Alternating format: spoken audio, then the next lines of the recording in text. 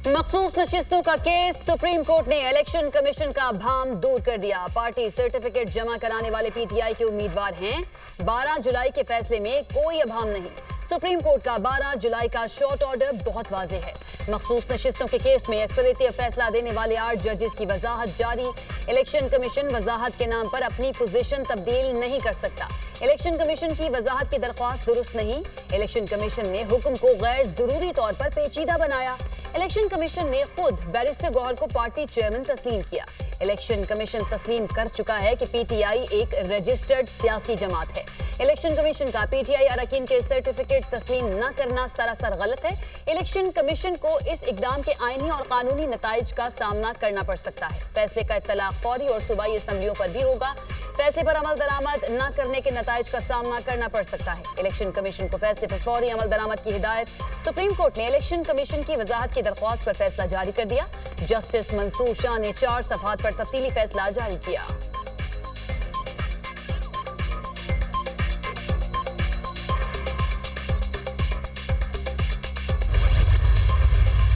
मौजूदा chief justice के खिलाफ कंटेम्प्ट ऑफ कोर्ट किया गया है। दूसरी तरफ आर्मी चीफ ऑफ स्टाफ पे सियासी इल्जामात लगाए गए। उस ओहदा को मुतनाज़ा बनाने के लिए खान साहब ने ये स्टेटमेंट दिया है, तो फिर इस स्टेटमेंट का कॉन्सिक्वेंसेस है हमारे आईन, हमारे कानून के मुताबिक, और उन कॉन्सिक्वेंसेस को उसको भुगतना पड़ेगा। साजिश के जरिए आर्मी चीफ और चीफ जस्टिस के खिलाफ मुहिम चलाई गई। मौजूदा चीफ जस्टिस पाकिस्तान के खिलाफ तौहीन अदालत की गई। मानी पीटीआई के बयान में आर्मी चीफ को मुतनाज़े बनाने की कोशिश की गई। आर्मी चीफ पर सियासी इल्जामात लगाए गए हैं। मानी पीटीआई ने सियासत चमकाने और केस में रिलीफ के लिए हर इदारे पर हमला किया। मानी पीटीआई को अपने बयान के कानूनी नताइज भुगतना होंगे। जो इल्जामात कल लगे हैं उनकी वजाहत करनी होगी। बानी पीटीआई का बयान ये नहीं है तो उनकी पार्टी वजाहत करे। अगर बयान बानी पीटीआई का नहीं तो वाजे करें कि ये बयान किसका था। पीटीआई तहकीकात करे कि क्या ये वाकई बानी पीटीआई का बयान है। चेयरमैन पीपल्स पार्टी बिलावल भुट्टो का कौमी असम्बली में जारहाना अंदाज। कहा, मौजूदा आर्मी चीफ जब DGISI थे तो उन्होंने बानी पीटीआई की करप्शन पकड़ी थी। वज़ीर आज़म को अदम एतमाद के जरिए भेजने का फैसला किया गया तो एक साजिश शुरू की गई। साजिश के जरिए पहला हमला ये था कि अदम एतमाद को आर्टिकल 5 के जरिए रोकने की कोशिश की गई। दूसरा हमला ये था कि किसी तरह नए आर्मी चीफ से पहले इलेक्शन कर दिए जाएं।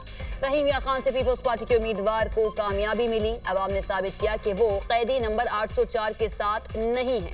अवाम साजिशी सियासत के साथ खड़े नहीं हुए।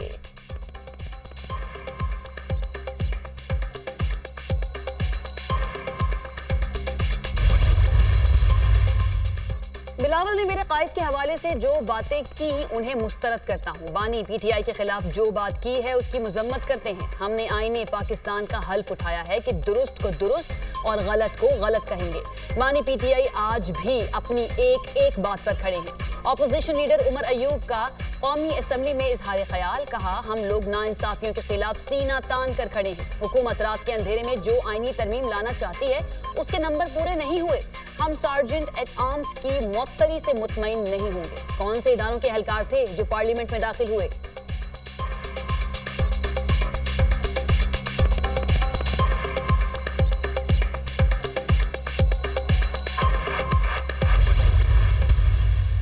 इमरान खान जो खैबर पख्तूनख्वा में जो चीज जिस आग को जलाने की कोशिश कर रहा है या उसको भड़का रहा है, वो जरूर बीज बोए जा रहे हैं कि एक जो है ऑप्शन इन लोगों के पास रहे कि कल जो है केपी में जाके खुदा न खासा ये अलहदगी की तहरीक न चलाएं। और सारी जबान जो है उस दिन जलसे में जो बोली गई वो सारी की सारी एक अलहदगी पसंदों की जबान थी। बानी पीटीआई ने जो बीज बोए हैं उसके नताइज बहुत खतरनाक होंगे। जलसे में जो गुफ्तगू की गई वो अलहदगी पसंदों की जबान है। बानी पीटीआई खैबर पख्तूनख्वा में अलहदगी की तहरीक चलाने का ऑप्शन रखना चाहते हैं। बानी पीटीआई खैबर पख्तूनख्वा में नफरतों की आग भड़का रही है। जो माहौल बानी पीटीआई ने बना दिया है उसके बाद मिसाक पार्लिमान कमेटी का कोई जवाब नहीं है। ये जिस रास्ते पर चल निकले हैं उस पर वापसी का कोई रास्ता नहीं रहा। पता नहीं फैज हमीद अंदर बानी पीटीआई के बारे में कौन से गाने गा रहे होंगे। हो सकता है फैज हमीद ये गाना गा रहे हों कि आजा मेरे बालमा तेरा इंतजार है। एस्टैब्लिशमेंट ने जलसा मुलतवी करने का पैगाम दिया था तो इतनी ताबेदारी क्यों? गालियां भी देते हैं और मुज़ाकरात की बात भी करते हैं। वज़ीर दिफा ख्वाजा आसिफ का कौमी असम्बली में इज़हार ख्याल।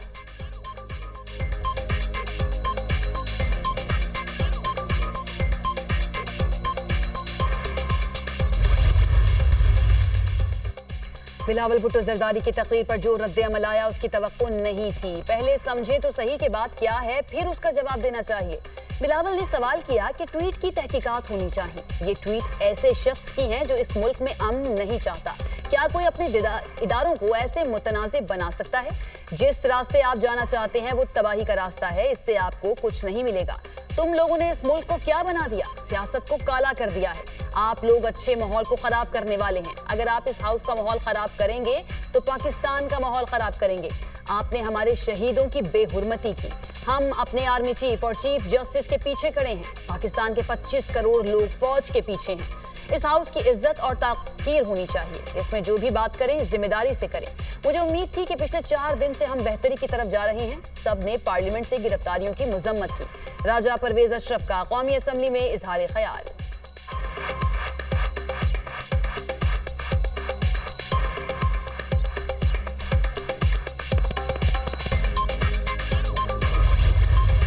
डिप्टी स्पीकर की जेर सदारत कौमी असम्बली का इजलास। पीटीआई के गिरफ्तार अरकान की इजलास में शिरकत। ज़िमनी इलेक्शन में रहीम यार खान से कामयाब होने वाले पीपल्स पार्टी के MNA ताहिर रशीद ने हलफ उठा लिया।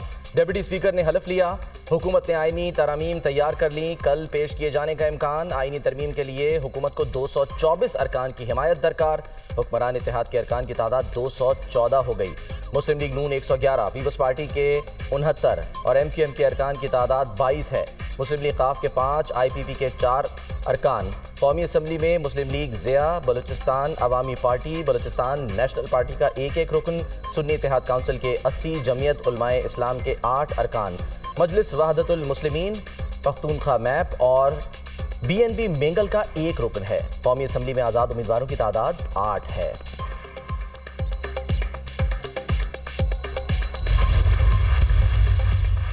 बाज़गश्त है कि आईनी तरमीम लाई जा रही है। जल्दबाजी में यहाँ से कानून साजी कराई जाती है, ना कानून की तैयारी होती है। बस बंदे तोड़ने और वफादारियों पर फोकस है। अभी तक कानून साजी के मुसव्वदे को हुकूमती और अपोजिशन मेंबरान से शेयर नहीं किया गया। ये कौन सी रिवायात कायम की जा रही हैं? 9 सितंबर का वाकया ना दोहराया जाए। कानून साजी जल्दबाजी की बजाय मुकम्मल बहस के बाद की जाए। आईनी तरमीम का मामला क्यों पुरअसरार बनाया गया? आपसे नंबर पूरे नहीं हो रहे, दूसरी तदाबीर से काम करा रही है। हुकूमत निकाह बिल जबर करा रही है। आईनी तरमीम के लिए आईन ने कड़ी शराइत रखी है। आप आईन को छेड़ रहे हैं। क्या आप कानूनी हुक्मरान हैं? जो चीज कानूनी नहीं उसकी कोई हैसियत नहीं। जजेस की तादाद बढ़ाने से मुकदमात कम होंगे, ये अहमकाना बात है। मुल्क डूब रहा है, आप मर्जी के चीफ जस्टिस लाने की कोशिशों में हैं। ऑपोजिशन लीडर शिबली फराज का ऐवान में इजहार ख्याल।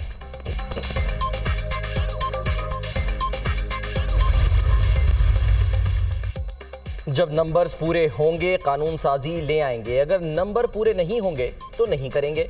जब इनका वक्त था तो आधे घंटे में 22 कानून पास हुए। हम माजी की तलखियों में नहीं जाना चाहते। 2006 में मीसाक़ जमहूरियत हुआ, उसमें कहा गया आईनी अदालत होनी चाहिए। उस वक्त सुप्रीम कोर्ट में 25% आईनी केसेस हैं।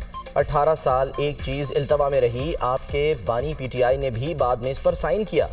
कायद ऐवान इसाक डार का शिबली फराज को जवाब। कहा हुकूमत की जिम्मेदारी होती है कि ये भी अपनी मर्जी से कानून लाते रहे हैं। कहा गया कि छुप कर रहे हैं। हर हुकूमत की हिकमत अमली होती है, कोई छुपाने वाली बात नहीं।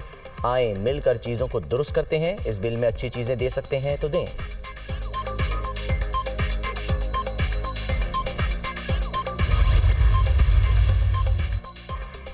हुकूमत का चीफ जस्टिस की मुद्दते मुलाजमत में तौसी का मिशन। जमीयत उलमा इस्लाम ने सिर्फ चीफ जस्टिस की मुद्दते मुलाजमत में तौसी से मुताल्लिक कानून साजी की तजवीज़ मुस्तरद कर दी। वज़ीर आज़म शहबाज शरीफ की वफ्द के हमरा मौलाना फजलुर रहमान से मुलाकात। वफ्द की फजलुर रहमान को चीफ जस्टिस की मुद्दते मुलाजमत से तौसी से मुताल्लिक आईनी तरमीम पर राजी करने की कोशिश। सरबराह JUI ने एक मरतबा फिर वर्द वाहिद के लिए कानून साजी को मुस्तरद कर दिया। अदालती इस्लाहात लाने पर जोर। मौलाना फजलुर रहमान की हुकूमती वफ्द को अदालती इस्लाहात का पैकेज लाने की तजवीज़। हुकूमती वफ्द गौर के बाद आज मौलाना फजलुर रहमान को जवाब देगा।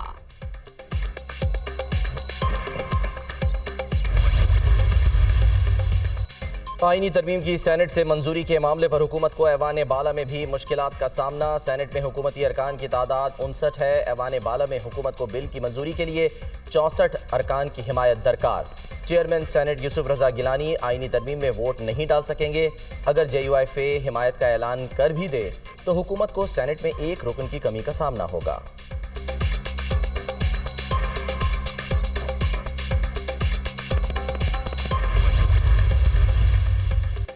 वज़ीर आज़म शहबाज शरीफ अरकान कौमी असम्बली को आज इशाइया देंगे। इशाइया 7 बजे वज़ीर आज़म हाउस में होगा। मुस्लिम लीग नून और इत्तेहादी जमातों के अरकान पार्लिमान और सेनेटर्स शरीक होंगे। बिलावल भुट्टो जरदारी और उनके साथ साथ दीगर मौजूद नहीं हैं।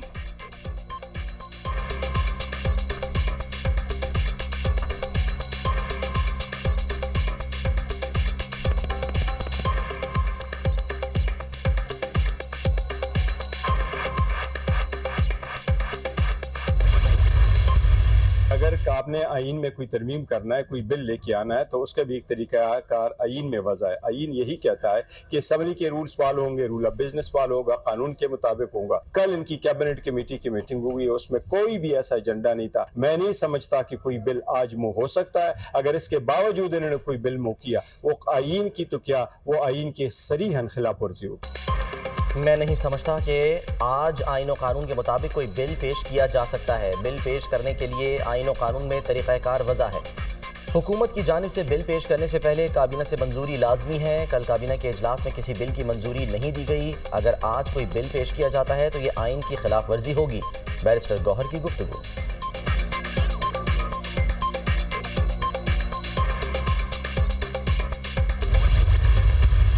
ये जो बिल पास हो रहा है ये कोई स्पेसिफिक नहीं है।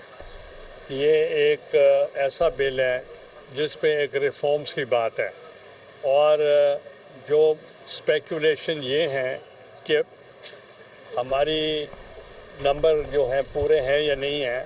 पूरे होंगे तो बिल पास करेंगे, तो इसलिए इसमें आपको फिक्र की ज़रूरत ही नहीं है। फिक्र न करें, नंबर्स पूरे होंगे तो बिल पास होगा। जो बिल पेश हो रहा है वो मखसूस बिल नहीं। बिल सामने आएगा तो हिमायत या मुखालफत करेंगे। बिल में रिफॉर्म्स की बात है। कानून बनाना पार्लियामेंट का काम है। नए इंतखाबात मुल्की मसाइल का हल नहीं। कोई एक पार्टी मुल्क नहीं चला सकती। जिन्होंने हम पर केस बनाया आज उनको ही वोट देने जा रही हैं। चेयरमैन सेनेट यूसुफ रजा गिलानी की मीडिया टॉक। कहा, अली अमीन गंडापुर के अफगानिस्तान से मुताल्लिक बयान को कोई संजीदा नहीं ले रहा। उमूर खारजा विफाक की जिम्मेदारी है। गवर्नर राज के हक में नहीं हूं।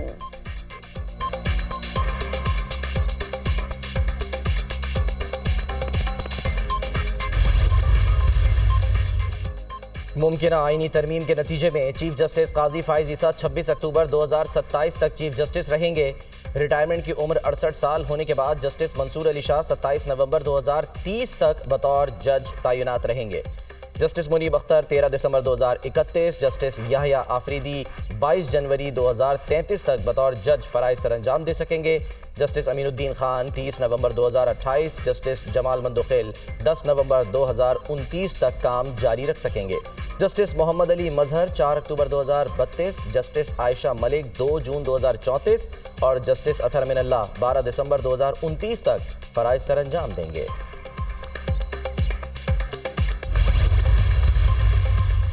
वज़ीर आला पंजाब ने पिंक सॉल्ट की एक्सपोर्ट पर पेशरफ्त के लिए जामी प्लान तलब कर लिया। कान कनों की सेफ्टी यकीनी बनाने की हिदायत। वज़ीर आला मरियम नवाज की ज़ेर सदारत इजलास। पंजाब में मादनियात के हुसूल के लिए जदीद टेक्नोलॉजी के इस्तेमाल की तजावीज़ पर गौर। पिंक सॉल्ट के लिए वैल्यू एडिड इंडस्ट्री लगाने का प्लान तैयार करने का जायजा।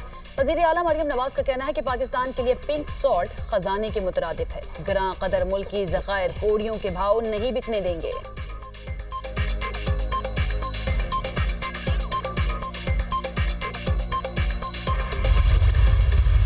अगर हुकूमत ये चाहती है कि अपनी पसंद के जजेस सुप्रीम कोर्ट में इंडक्ट कर दे और अपने मर्जी के फैसले हासिल कर ले, के नतीजे में मजीद अफरा तफरी और इंतशार फैलेगा। चीफ जस्टिस ऑफ पाकिस्तान को इस सिलसिले में बहुत वाज़ेह तौर पर अपना मौक़िफ़ बयान करना चाहिए था कौम के सामने।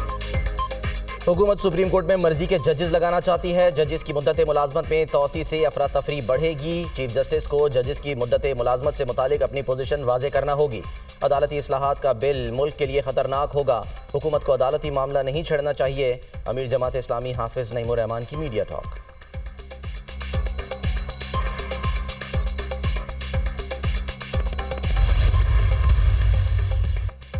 इंसदाद दहशतगर्दी अदालत इस्लामाबाद ने शुएब शाहीन की जमानत बादस गिरफ्तारी मंजूर कर ली। शुएब शाहीन को फौरी रिहा करने का हुक्म।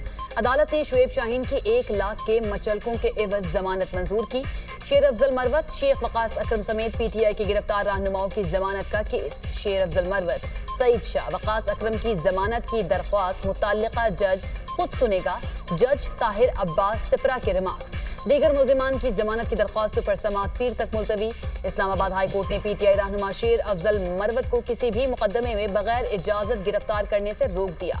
सेक्रेटरी दाखिला, IG Islamabad, IG Punjab, FIA को नोटिस जारी। इस्लामाबाद हाई कोर्ट ने शेर अफजल मरवत के खिलाफ मुकदमात की तफसीलात भी तलब कर ली।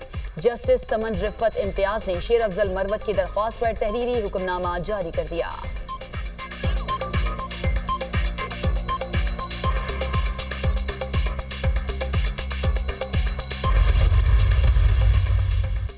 सेनेट में लीगी अरकान की कारकर्दगी से मुतालिक रिपोर्ट वज़ीर आज़म और पार्टी सदर नवाज शरीफ को पेश।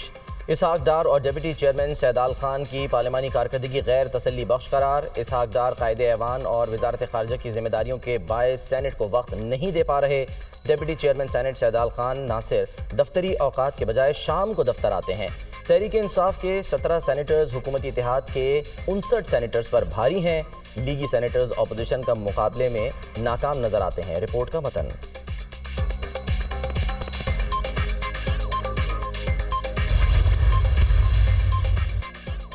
खुर्शीद शाह की ज़ेरे सदारत कौमी असम्बली में क़वाइद व ज़वाबित और निज़ामी कार से मुताल्लिक खुसूसी कमेटी का इन कैमरा इजलास। खुसूसी कमेटी में शामिल तमाम सियासी जमातों की जानिब से तजावीज़, ऐवान की कार्रवाई खुश उसलूबी से चलाने और अहम कानून साजी से मुताल्लिक मुशावरत।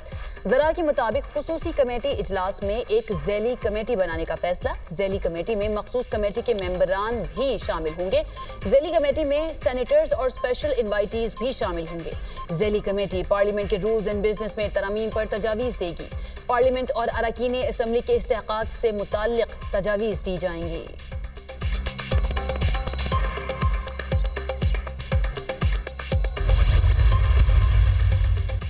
बानी पीटीआई की एक और डिमांड पूरी, डंबल्स मिल गए। बानी पीटीआई को अडियाला जेल में वर्जिश का मजीद सामान मुहैया कर दिया गया। बानी पीटीआई को अदालती फैसले के बाद वर्जिश के लिए डंबल्स मुहैया किए गए।